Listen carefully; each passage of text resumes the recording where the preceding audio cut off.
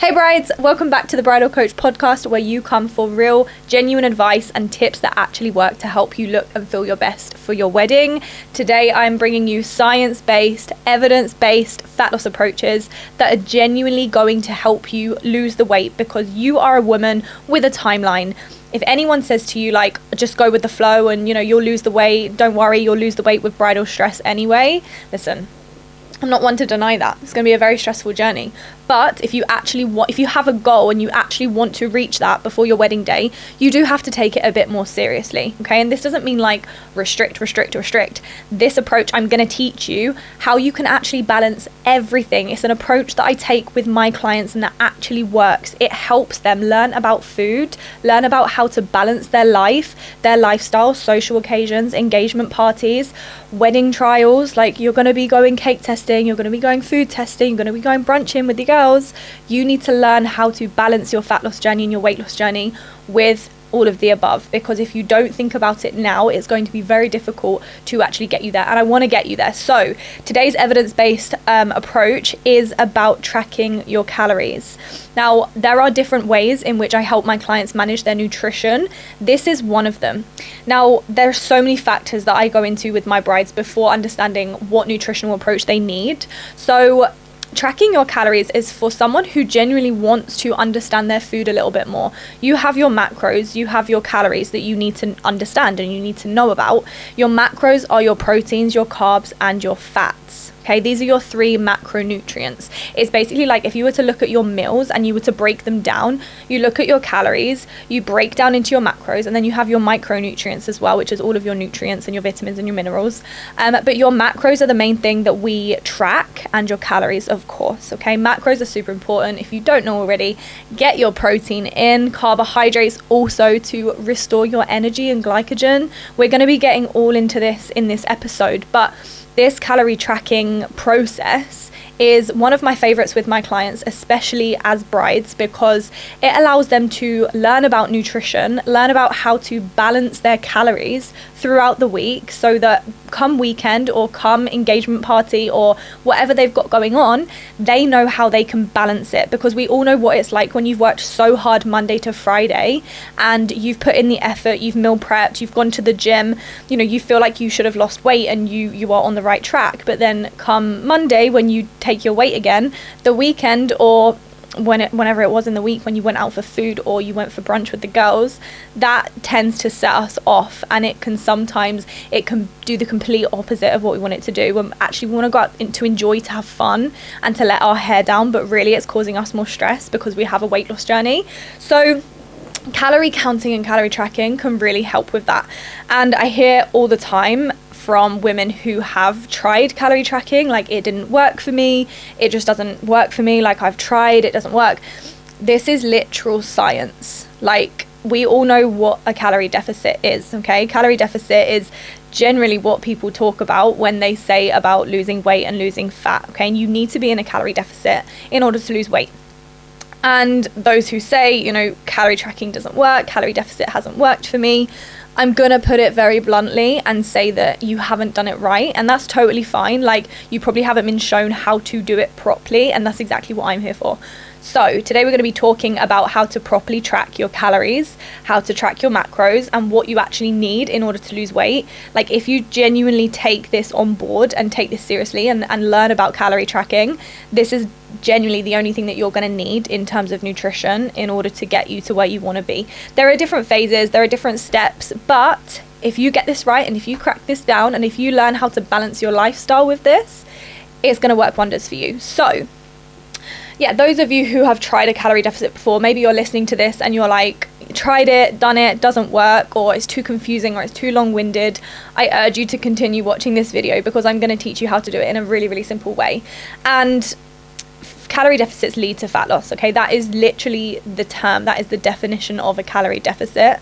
Like, I had a client, actually, she messaged me one time before she was my client, basically saying, like, I've tried everything, I've been to Weight Watchers, I've done Slimming World, I've tried calorie tracking, I've tried being in a calorie deficit and nothing works for me, like, I think I'm broken. And I said to her, with all due respect, like, how are you tracking your calories? And she was like, well, I'm not weighing things, but I'm taking measurements. I'm like tracking from cup measurements, and yeah, like I'm eating healthy. I'm eating salads. I'm having healthy foods. I've cut out all processed rubbish and sugar. And I said to her, with all due respect, like, healthy food also have calories. Healthy calories also have calories. They do. Healthy foods also have calories. So it's not about healthy living, and tracking doesn't necessarily, like, you know, it can mean so many different things, but the one thing that is going to be the best investment that you ever make is a scale, and I'm going to tell you why in a second. But yeah, I've had so many clients come to me before knowing and actually understanding what tracking means, saying like, it doesn't work for me, or, you know, I need a different approach. My hormones, I think it might be my hormones, like I don't think it's what I'm eating. And then once we crack this down, it is literally life-changing. They're like, I don't know how I got this wrong for so long, and I don't know why I haven't done this sooner. One client, for example, Louise, I'm going to put up her testimonial here, because like, she recently just got married, and tracking her food literally changed her life. Louise came to me 96 kilograms, I think, and you know, after or just before her wedding, she weighed in 85 kg. So that was 11 kilograms weight loss drop in over a period of 6 months. In that period of 6 months, we tried a few different approaches to nutrition, and the one that stuck the most was calorie tracking and food tracking. And this was because Louise liked to go out and socialize on weekends. She loved going out dancing with her fiance. She's an amazing dancer, by the way.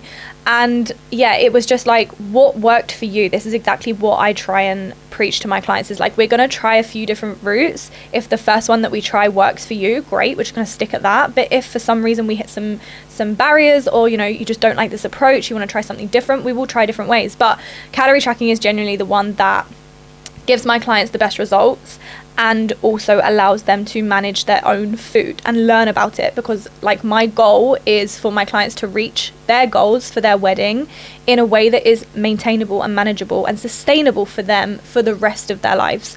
So this is the last weight loss program they will ever need, because my hope is to teach them every skill that they need to learn in order to maintain the results as a lifestyle for the rest of their lives. Okay, so calorie tracking, understanding your calories, understanding your food and your macronutrients is super important. And yeah, Louise went on to lose 11 kilograms, and she hit her weight loss goal right before the wedding. Before she came to me, or in fact our first ever consultation call, Louise, and we spoke about this, and she won't mind me sharing it, but she basically said to me like, oh, I'd like to lose a stone, maybe 2, but I don't think that's realistic in the time frame that I have. And we had 6 months to work towards her goals for her wedding.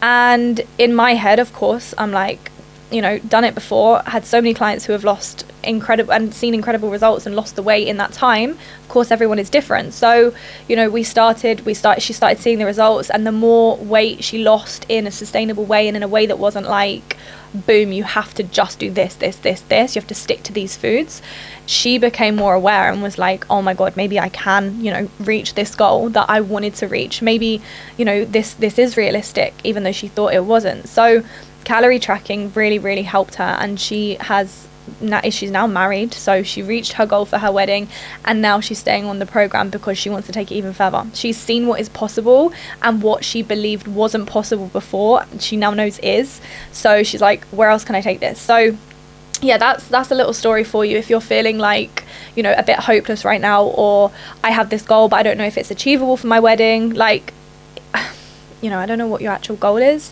If you want to drop me a DM and tell me your goals, I'm always more than happy to break it down and tell you, you know, what is realistic.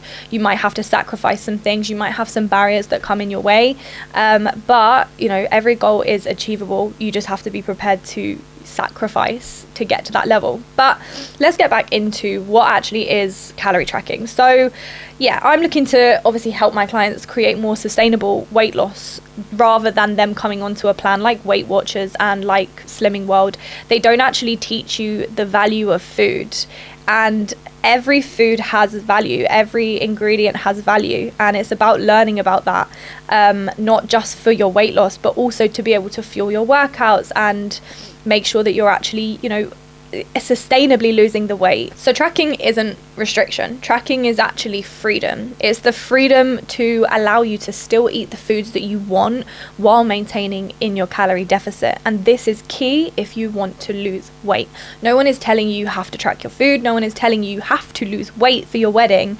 But if this is a goal that you want, and if this is something that you want to take seriously, of course, just like everything in life, you are going to have to make some sacrifices. So it's super, super important to keep an eye on your food and to know what you're eating. And anyone who sort of has the mindset where it's restrictive, because I used to feel the same, and I'm sure a lot of my clients did as well before coming onto the program and before reframing their mindset around tracking, it can feel like you're being restricted.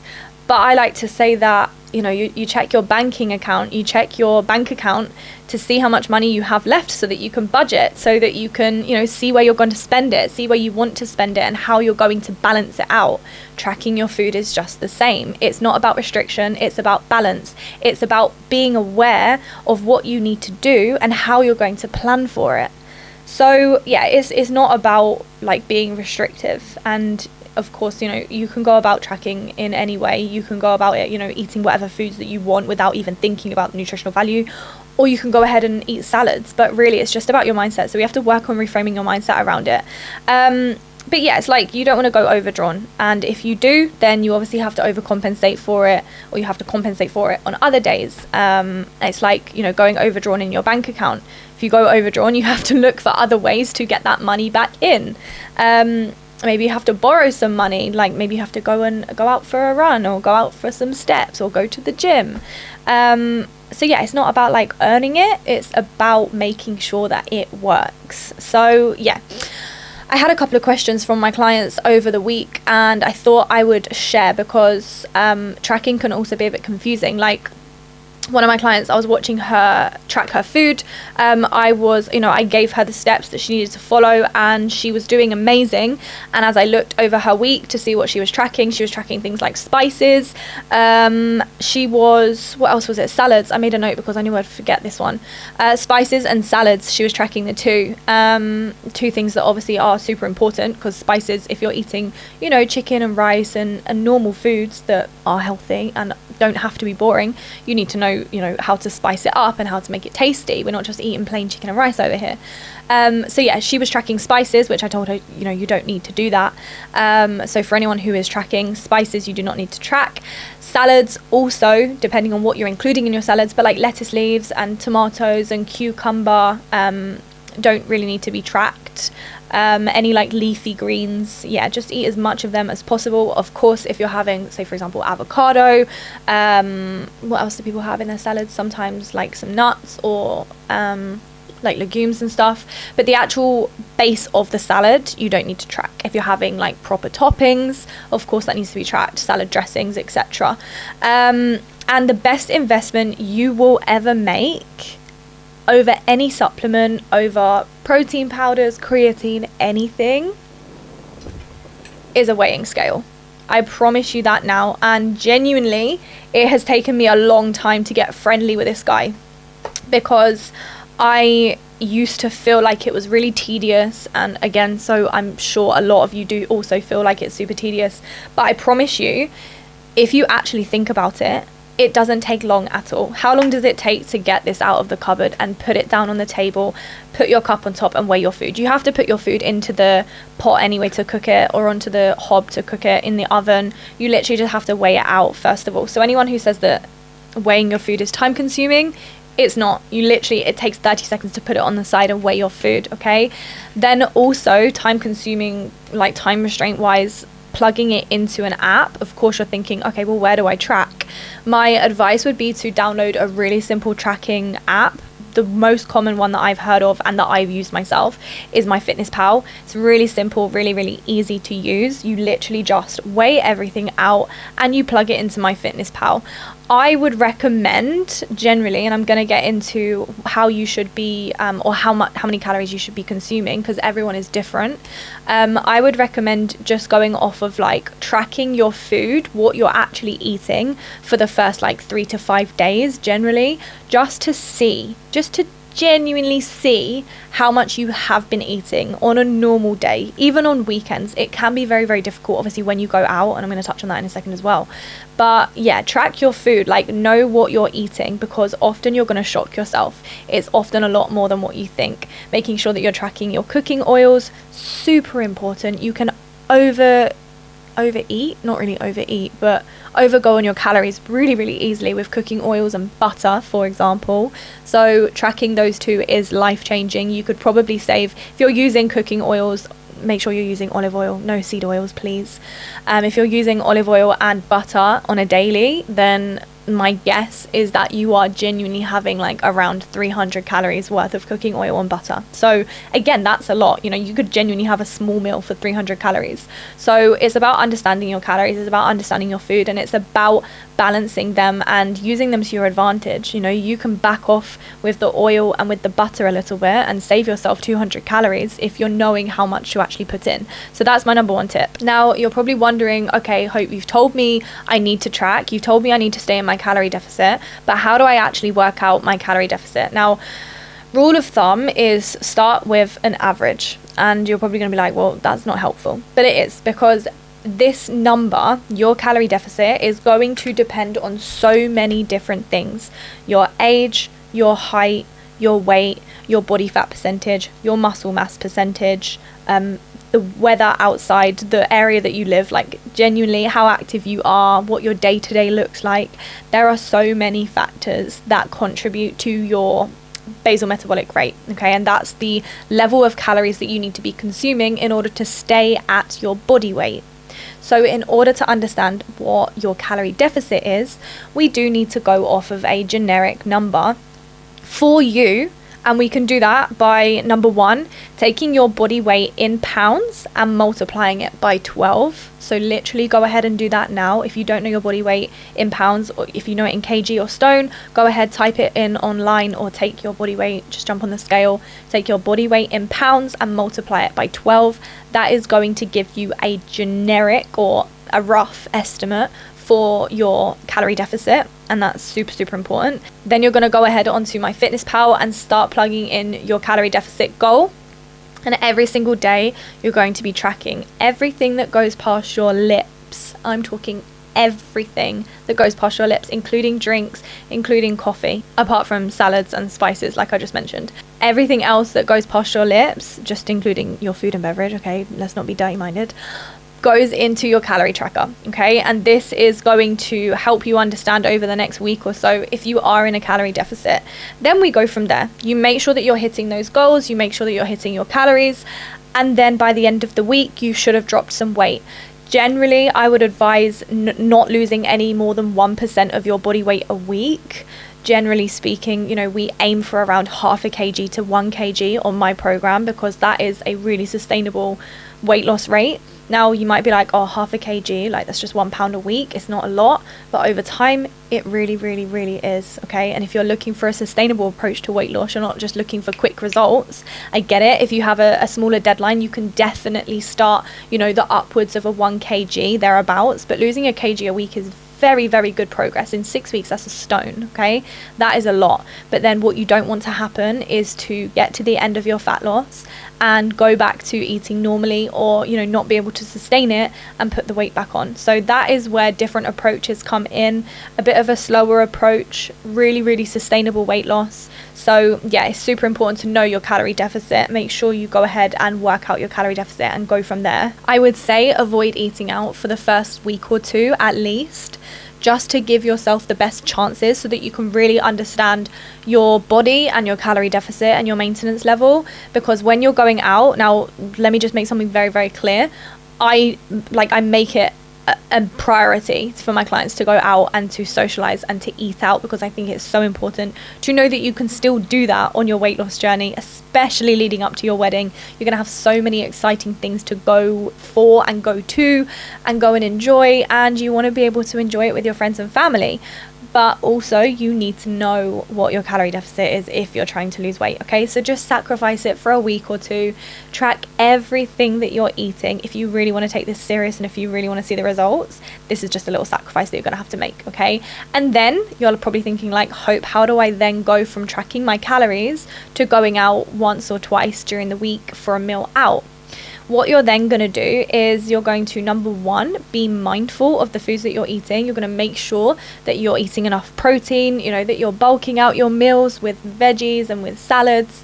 And yeah, you're just going to be mindful with it. And potentially you could even try, like, not eyeballing it, but you can sort of have a rough estimate for what your calories are going to be. Over 2 weeks of tracking your food, you're going to have a rough idea of how much something weighs or how many calories are in a certain food group. So you can do your best to track it. And what I generally do with my clients is I give them a 1 to 2 meals a week off plan.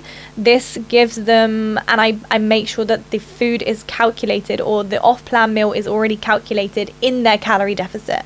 So I give them buffer calories so that they can go out, not think about their calories, obviously be mindful of it, not going completely overboard. An off-plan meal, FYI for my clients who are listening, an off-plan meal is not starter, main, dessert and drinks. Okay, an off-plan meal is one meal. But yeah, definitely give yourself some extra buffer for an off-plan meal so that you're not being super restrictive or you don't feel guilty like you've already planned for this. What we can also do is take calories from your week from different days, have lower days so that when you do go out, or if you're going out maybe twice during the week, you have some extra leg room to make sure that come Monday or whenever your check-in day is, you are able to see the results, okay? You're able to see the scales move, because there is nothing more demotivating, especially when you're working towards a goal for your wedding, than stepping on the scales after putting in hard work and effort and tracking your food to not see the scales go down. Now, of course, we are women, we have fluctuations. It is so important to note that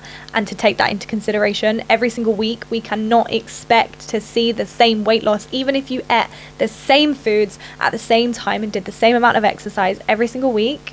Because of our hormones and our fluctuations, we are going to have different phases, right? You're not going to see the same weight on the scale or weight loss every single week. You need to be expecting changes, okay? But with that being said, you should be still seeing those changes, okay? Now, when you do hit a plateau, this is going to happen. If you don't know what a plateau is when your body starts to get used to the calories and you stop seeing weight loss. Then what we do is we simply lower your calories to start seeing more results. Or if your calories are already, you know, a little bit, not too low, but if your calories are already low and you don't want to lower them anymore, or, you know, you don't want to be hungrier, then we can look at other ways at expending more calories. Okay, so calories in versus calories out, that is what a calorie deficit is. So we can look at other ways like doing more steps. If you don't have time to do more steps, then a little bit of cardio, or just any more exercise that we can do during the day to expend more energy, aka calories. Building muscle is also a super important part of this phase, okay? Not many people realize the benefits of building muscle. I preach about it all the time, so if you follow me, I hope that you know this. Building muscle is also a really, really important part of this, okay? Now, muscle building literally contributes to an increase in your metabolism, okay? I hear all the time, my metabolism is broken. My metabolism isn't fast. I have a really slow metabolism. If you want to speed up your metabolism, it's not broken, by the way, but if you want to speed it up, then you simply need to get yourself into the gym and you need to start lifting weights. You don't have to get yourself into the gym. You can do home workouts, but we do need to make sure that we're progressively overloading over time. You're building muscle. You need to be lifting heavier. A lot of my clients actually work out from home. They have the adjustable weights. So just go onto Amazon, literally buy some adjustable weights that you can start adding more weight to as you get stronger. And that is literally the cheat code to boosting your metabolism. Weightlifting is a cheat code. If you didn't know that, get to know that, okay? I promise you that now. I'm going to give you a quick example. I used to be super skinny when I was younger, and I didn't really eat that much, obviously, okay? I was skinny, I didn't eat much. I wanted to be super, super thin, and I wanted abs. Like, that was literally my goal. And as I started realizing that the less I was eating, the less toned I looked. I just looked skinny fat. I had like a layer of fat over, and I didn't look like I went to the gym. I learned that I needed to fuel my body. I needed to fuel my muscles. I needed to build some muscle. So I started eating more. I started building more muscle. And I realized that I started becoming more lean. I could see my abs. I could see my muscle definition more. And I was eating more food, okay? This is literally because, as I just said, it builds your metabolism. The more muscle mass you have, the more calories you burn at rest. That is literally what your metabolism is. The calories that you burn at rest. If you have more muscle, you are burning more calories at rest, meaning you can eat more food without putting on body fat. That is every woman's dream, to be able to eat more food. So get yourself into the gym, okay? And if you need help with this is literally what my business helps women with, especially before their wedding, okay? It's a lot to think about: your wedding planning, wedding dress shopping, and everything else. Thinking about your weight loss journey and how to tone up, adding that onto your checklist is just another thing to think about. So if you don't want to think about it, if you just want to be told what to do, but you also want to learn about it in the process, drop me a DM on Instagram and we can have a chat about your goals. But it's a lot to think about. I understand it is a lot to do, especially when I'm talking to you about tracking your calories. It can feel overwhelming, but I promise you, this one thing is going to be the best investment you ever make on your fitness journey, on your fat loss journey, okay? And any of my clients who thought I was lying about that soon realized that it was a waste of time by trying to do it without. As soon as they started doing it, and as soon as they started tracking their calories and they had the freedom to be able to eat certain foods while still losing weight, it was like a light bulb moment. Like, oh my goodness, I just need to understand food a bit better, and then I can start losing weight and enjoying life at the same time. Like, what? Who doesn't want that? And besides tracking the calories, you also need to be understanding that there are a few other things that are going to help with that. Your eating schedule, so what times you're eating your food. If you're having food like sporadically throughout the day, if you're constantly grazing, having an eating schedule is super, super important, and it's going to help you a lot. So making sure you know, like, I can have breakfast at this time, generally speaking, you know, this works best within my day. It doesn't matter whether that is first thing in the morning or a few hours after you've woken up. Like, if you don't feel hungry in the morning, you don't have to eat first thing. A lot of people say, like, force yourself breakfast, it starts your metabolism. That's a lie. You don't need to force feed yourself, okay? If you're not hungry in the morning, just wait until you start to feel hungry, but make sure that fits within your schedule. And if you're at work or if you're out doing stuff, make sure you have breakfast with you. Prep some overnight oats or prep something, you know? If you don't know what to prep to take out, drop me a message. I also have a lot of free breakfast guides for you to try. But scheduling your food is super important. Just giving yourself some rhythm, giving your body the, like, knowing when you're actually going to start eating food regularly. But that ties me into intermittent fasting as well. Like I said, you know, pushing your meal back in the day is not necessarily an issue if you're not hungry first thing. It does give you a smaller window to eat in, which is what intermittent fasting is for. There are benefits to intermittent fasting, but again, if you're someone who wakes up and is genuinely hungry in the morning, don't feel like you have to like not eat and you have to intermittent fast. And similarly, if you don't want to eat in the morning, that's totally fine as well. Protein in every meal, like aim for around 30 grams of protein. This is going to be a topic for another conversation, like your actual macros. Today was about properly tracking your calories, but macros are super important as well. But a rule of thumb, generally going off this video now, if you're starting to track your food, make sure that you're having at least 30 grams of protein in every single meal. 3 to 4, sometimes 5 meals a day, depending on how you want to break it down to fit within your day. If you're someone who's generally like, you know, likes to snack throughout the day or finds you're hungry in between meals, maybe having 4-5 meals throughout the day, smaller meals of course, is more helpful for you. But between 25 to 30 grams of protein per meal is what we aim for. And if you're having a chicken breast, like, it's so easy to get that in anyway. Okay, a chicken breast is like 45 to 50 grams of protein, so it's really not hard. Just have a chicken breast and other things, of course, for dinner, but it's really not hard to get your protein in. But protein is key. Please promise me you're gonna get your protein in. Good. Okay. Carbs pre and post workout. A lot of you fear carbs. I know carbs have been like, we're scared of them for some reason as women because we think they make us fat. They don't. They give us energy. They are our main body's source of energy, okay? Cutting carbs out is literally, like, there are so many problems that come with that, okay? Like, literally down to your mind. Your brain needs something around like 110 grams of carbs just to function properly, which is why I don't recommend keto diet or diets that cut out carbohydrates. I really don't think they're healthy for most people. most people, okay? Some people it works for. I know it's worked wonders and really helped solve a lot of health issues for a lot of people, but for most, cutting carbs can be quite dangerous, okay? And it's not necessary. So make sure that you're having carbohydrates before and after your workouts to replenish glycogen. Super important for making you feel good. And volume eating, okay? Volume eating is something that a lot of people don't know about. For example, choosing, like, if you are thinking like, okay, so I can still eat carbs, I'm going to be eating carbs like after my workout. Okay, carb that I like, pasta versus potato, they're both carbohydrates, but for the same amount of calories you can eat more potato than pasta. Okay, that is an example of what volume eating is. If you're trying to stay within your calorie deficit, you do want to pick volume foods, foods that you can eat more of for less calories generally, because obviously you want to be feeling full after your meals. That's not to say you can't eat pasta, but having pasta every day is probably not the best choice. Okay, so choosing volume foods like white fish over salmon, chicken over steak. I love steak, by the way. You can still have steak, of course, but again, it's the volume eating side of things. Okay, so yeah, I just wanted to give you that insight on tracking, because I don't think people talk about it enough. I think it's demonized online because, you know, people see it as a restriction rather than freedom. Okay, because of course on your fat loss journey, on your weight loss journey before your wedding, there is going to be some level of restriction, because you're going to have to change things. You're going to have to step back. You're going to have to sort of rejig things, because if you continue doing the same things as what you've been doing, you're going to get the same results, and we clearly don't want that. We're here because we want different results. So there is going to have to be some restriction.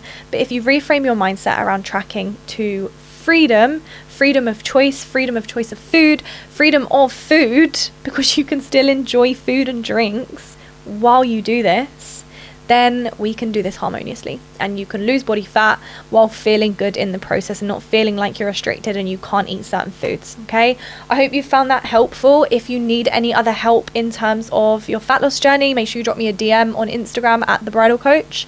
And if you need any other support with tracking, or you want to understand it a bit more, please let me know. But I hope that has been helpful for you. I hope you've taken something away from this, and I hope that you go onto Amazon now and order a weighing scale. I promise you it's going to be the best investment you ever make. Okay, I will see you in the next episode, and I love you. See you soon. Bye.